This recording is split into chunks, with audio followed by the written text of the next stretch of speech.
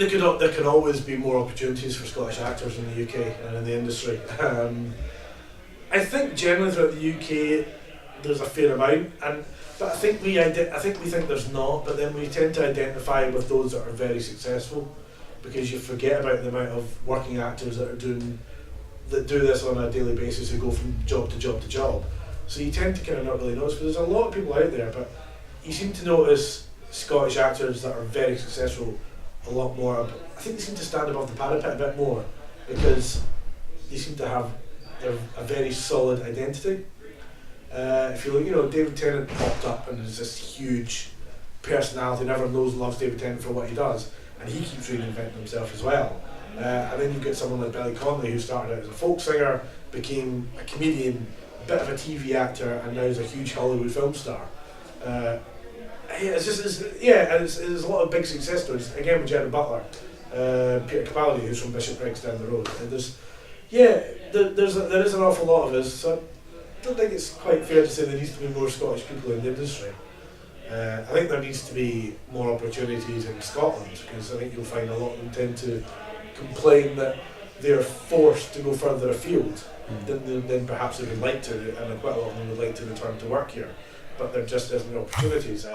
So Brian Cox interviewed recently that he now lives between London and LA, I think, because he'd love to live up here, but there isn't the opportunities for work here. If there isn't the work and you've got the drive for it, then eventually you will have to make that decision to go to London or go to the States and try and have to go there, because although it's a much bigger pond, and there's a lot more fish in that pond, but there's a lot more opportunities for work. So the competition is just as great, but there's a higher percentage for success, I suppose, because you've not got 100 actors going for the same one job. It's like whenever I go for an audition in Glasgow, guarantee there'll be the same 3 actors that are always at that casting. It's always the same bloody bastard that gets the job as well, but anyway, that's... Of course, Local Hero from 1983 is just a great film. It shows off all the great locations of Scotland. It's really quite... and it's quite an optimistic, and it's quite a naive film as well. And I was actually thinking about this today when I was in the car. When it was made, was at sort of the height of the oil boom in Scotland, and how the big business from America come in and want to buy up this wee town of Scotland to build a big substation refinery, and it's all about how the characters that come over from America fall in love with quintessential Scottish Highlands. And I was thinking about that, and it's actually still really relevant today. You can actually remake Local Hero and change the oil baron to wind farming. Or Donald Trump. Or Donald Trump, yeah. And it would still be incredibly relevant now.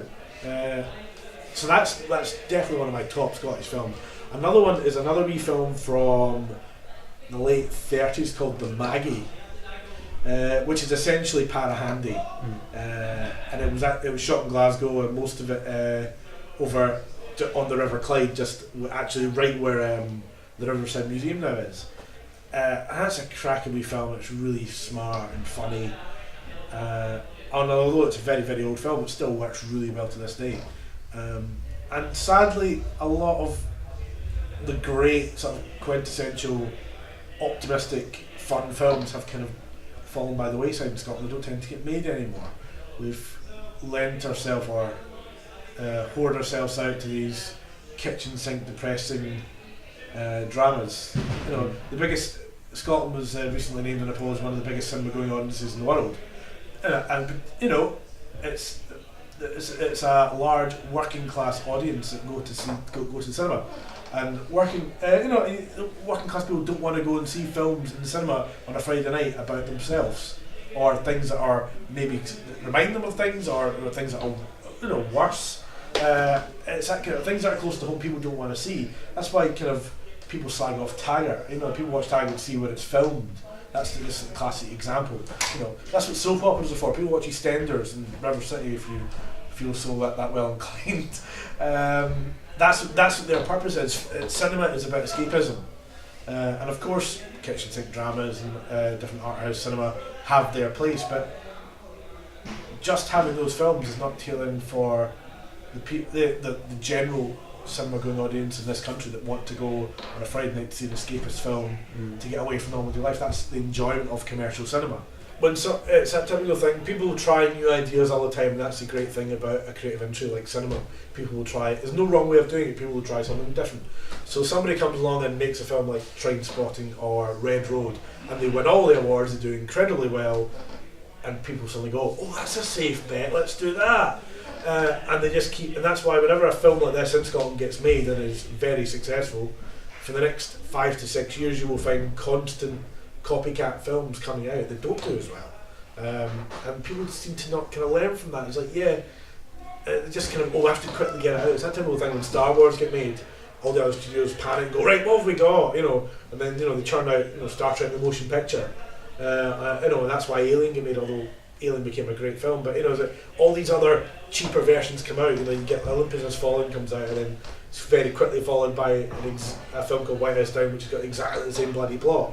It's just a bit more popcorn driven. Or like Independence Day comes out, it's a massive hit, breaks box office records, and you get this wee low budget cheap film with Charlie Sheen called The Arrival.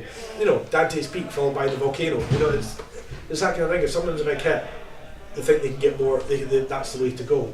And sadly, that goes on a bit too long in Scotland. But also, there's issues with funding and different things, and what the public funders want to do in Scotland, and more importantly, what they don't want to do, which is pretty much anything.